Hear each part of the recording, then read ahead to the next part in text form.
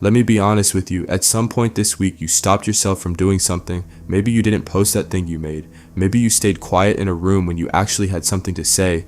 Maybe you dressed differently than you wanted to, or you laughed along with something you didn't find funny.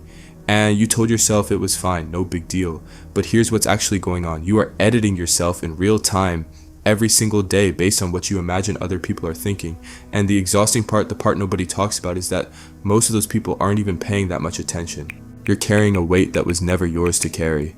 This is what I call the perception trap. It's when you become so focused on how you're coming across that you stop actually living. You're not present in the moment. You're watching yourself from the outside like a director critiquing every scene. I know this feeling personally.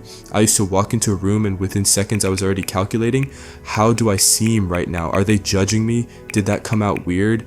It got to the point where simple conversations felt like performances, and the irony is the more I tried to seem a certain way, the more disconnected and less like myself I became. I know what you're thinking. That's just being self-aware. That's not a bad thing. And you're right, some self-awareness is healthy, but there's a line. When awareness turns into self-surveillance, it starts costing you. It costs you confidence, it costs you creativity, and honestly it costs you relationships, because people can feel when you're performing instead of just being there. The perception trap is sneaky because it disguises itself as maturity. It tells you that you're just being thoughtful, considerate, professional, but what it's really doing is keeping you small and safe and filtered. Here's the shift I want you to make. Most people are not thinking about you nearly as much as you think they are. Not because you don't matter, but because they are doing the exact same thing you are. They are in their own heads, worried about how they come across to you. Think about the last time you were in a group setting. How much of that time were you genuinely focused on judging someone else versus managing your own anxiety about how you were coming across? Exactly.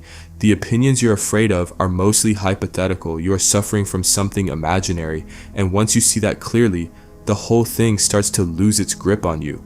So here's how you actually get out of it. 3 steps, simple ones. Step 1, name the voice. The next time you catch yourself shrinking or second guessing, pause and ask, whose voice is this actually?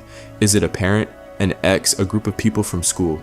Get specific, because people is too vague to work with. When you name the actual voice, it stops feeling like the whole world judging you and starts feeling like one person's opinion, which is a lot easier to put down. Step 2, run the reality check. Ask yourself, has this person actually criticized me for this, or am I assuming they would?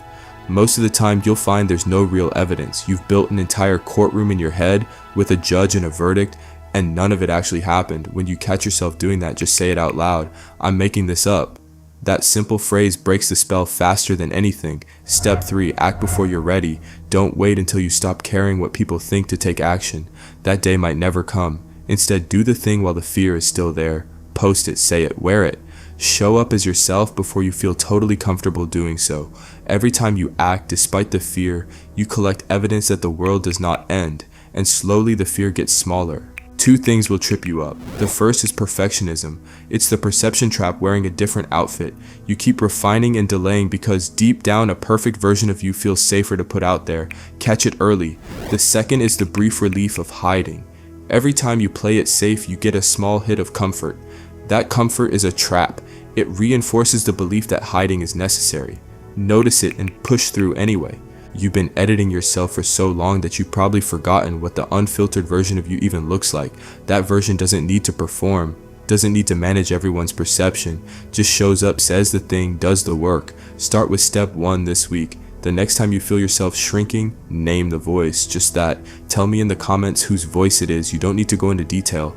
Just acknowledge it. That's where the detox begins.